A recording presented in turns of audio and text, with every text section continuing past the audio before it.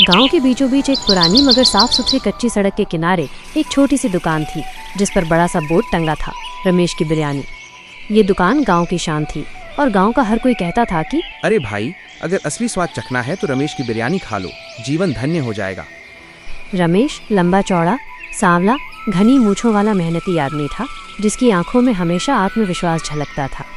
उसकी बिरयानी का स्वाद ऐसा था कि सिर्फ आसपास के ही नहीं, दूर दराज के गांवों से भी लोग मोटरसाइकिल पर बैठकर उसके यहाँ पहुँच जाते। दुकान पर हमेशा चहल पहल रहती।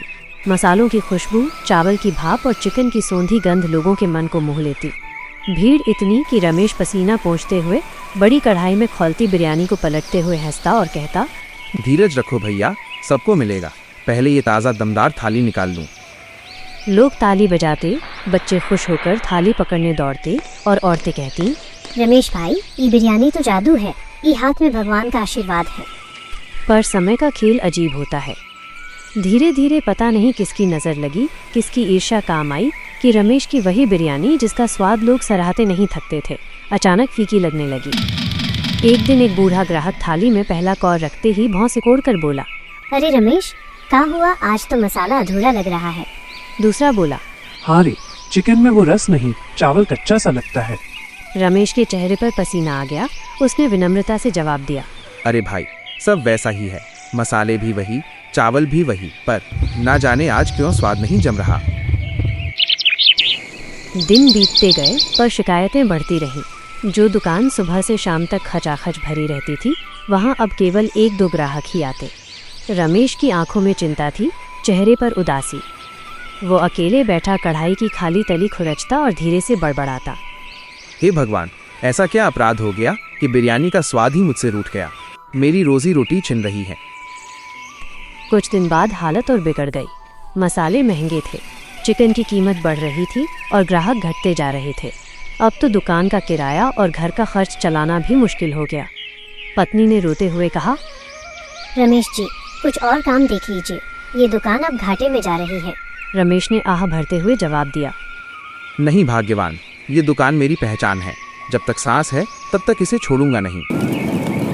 फिर एक दिन अजीब घटना घटी। रमेश दुकान में अकेला बैठा था। जब रमेश आग पर मुर्गा भून रहा था, तभी अचानक एक काला सा कौवा ऊपर से उड़ा और सीधे आग में गिर पड़ा। रमेश घबरा गया। उसने लकड़ी की कलछी से उस कौवे को बाहर निकाला। कौवा पूरी तरह झुलस गया था, लेकिन जैसे ही रमेश के हाथों में आया, एक अजीब सी मनमोहक सुगंध हवा में फैल गई। रमेश की आंखें विस्मय से फैल गईं। उसने कौवे को सूंघा और बुदबुदाया, अरे, ये तो गजब की खुशबू है, चिकन से भी कहीं ज्यादा लुभावनी। उसके मन में शैतानी ख्याल आया, अगर चिकन और इस कौवे को मिलाकर बिरयानी बनाऊं तो शायद स्वाद लौट आए। थोड़ी झिझक के बाद उसने वही किया। उसने चिकन के साथ उस कौवे के टुकड़े भी डाल दिए। बिरयानी तैयार हुई तो उसकी खुशबू गांव भर में फैल गई। राह चलते लोग ठिठक कर खड़े हो गए। ये कैसी खुशबू है? रमेश की दुकान से आ रही है। देखते ही देखते दुकान पर भीड़ लग गई। लोग थालियों में बिरयानी खाने लगे और हर कोई दंग रह गया।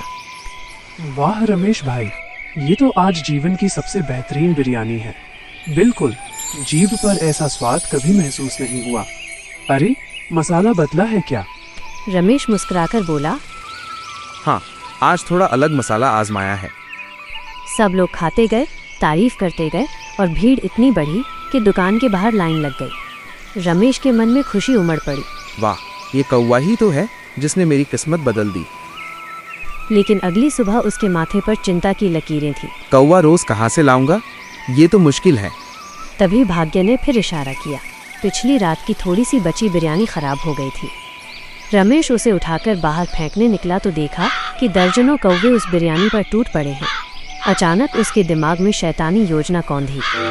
वो हंसते हुए बोला, अरे, यही उपाय है, अगर इन्हें फंसा लूं तो रोज कौवे मिल जाएंगे। अगले ही दिन से उसने बिरयानी पर जाल बिछाना शुरू किया। कौवे आते, उसमें फंसते और रमेश उन्हें पका डालता। अब रोज चिकन और कौवे का मिश्रण बनकर बिरयानी तैयार होती। लोगों को स्वाद इतना भाता कि हर दिन दुकान खचाखच भर जाती। रमेश के चेहरे पर खोया आत्मविश्वास लौट आया। मगर हर गुप्त राज एक दिन उजागर होता ही है। एक शाम एक युवक, गांव का ही तेज तर्रार आदमी, रमेश को चोरी छिपे कौवा पकड़ते देख बैठा। उसकी आंखें फैल गईं और मन में गुस्सा उमड़ पड़ा। हाय राम, हम लोग तो अब तक कौवे की बिरयानी खा रहे थे। मगर उसने तुरंत कुछ नहीं कहा। वो चुपचाप वहां से निकल गया और मन में सोचा, अभी तो समय नहीं है, पर सही मौके पर रमेश की पोल खोलूंगा। कुछ दिन बाद वही मौका आया। युवक एक दिन ग्राहक बनकर रमेश की दुकान पहुंचा। भीड़ हमेशा की तरह उमड़ी हुई थी। सब लोग बिरयानी खा रहे थे। रमेश गर्व से थालियां बांट रहा था। तभी युवक ने धीरे से मंत्र जैसे शब्द बुदबुदाए और अचानक विचित्र घटना घटी। बिरयानी खाने वाले सभी ग्राहकों के मुंह से इंसानी आवाज की जगह काँव काँव निकलने लगी। एक आदमी बोला, भाई ये कैसा स्वाद। दूसरा हंसते हुए बोलने लगा, रमेश, आज की बिरयानी। और पूरी दुकान में इंसानों की जगह कौवों जैसी आवाजें भर गईं। लोग दहशत में एक दूसरे को देखने लगे। रमेश का चेहरा सफेद पड़ गया। उसके हाथ से थाली गिर गई। उसने कांपते हुए कहा, हे भगवान, ये क्या हो रहा है?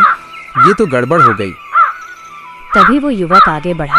भीड़ को संबोधित करते हुए बोला, गांव वालों, सच्चाई जानना चाहते हो? रमेश ने तुम्हें असली चिकन नहीं, कौवे की बिरयानी खिलाई है। भीड़ एक पल को सन्न रह गई। फिर अचानक गुस्से का ज्वार उमड़ पड़ा। हमको कौवा खिलाया गया। ये हरामी रमेश हमें धोखा दे रहा था। लोग रमेश पर टूट पड़े। किसी ने उसकी कॉलर पकड़ ली, किसी ने थप्पड़ जड़ दिया, किसी ने लात मारी। रमेश गिर पड़ा, गिड़गिड़ाने लगा। माफ कर दो, मैं मजबूरी में, दुकान डूब रही थी, मैंने सोचा। लेकिन गुस्से से भरे लोगों ने उसकी एक न सुनी। उसकी खूब पिटाई हुई। वो खून से लथपथ जमीन पर पड़ा हफ्ता रहा। आखिरकार किसी ने कहा, बस करो, इसे सबक मिल गया है। रमेश रोते हुए बोला, हाँ, मैंने गलती की है। मैं मानता हूँ मैंने तुम्हें कौवे की बिरयानी खिलाई। मुझे क्षमा कर दो, अब कभी ऐसी गलती नहीं करूँगा। कुछ दिनों बाद धीरे धीरे सबकी हालत सुधर गई। जो लोग काँव काँव बोल रहे थे, उनकी आवाज़ सामान्य हो गई। मगर रमेश की दुकान की इज्जत हमेशा के लिए मिट्टी में मिल गई। अब कोई भी वहाँ बिरयानी खाने नहीं आया। रमेश टूटी हुई दुकान की चौखट पर बैठा खाली कढ़ाई को देखता और आंखों से आंसू बहाता। उसकी आंखों में पछतावे की लकीरें थीं और मन में केवल एक ही आवाज़ गूंजती थी, कभी भी लालच में धोखा नहीं देना चाहिए, वरना जो सम्मान सालों में बनता है वो एक पल में मिट जाता है।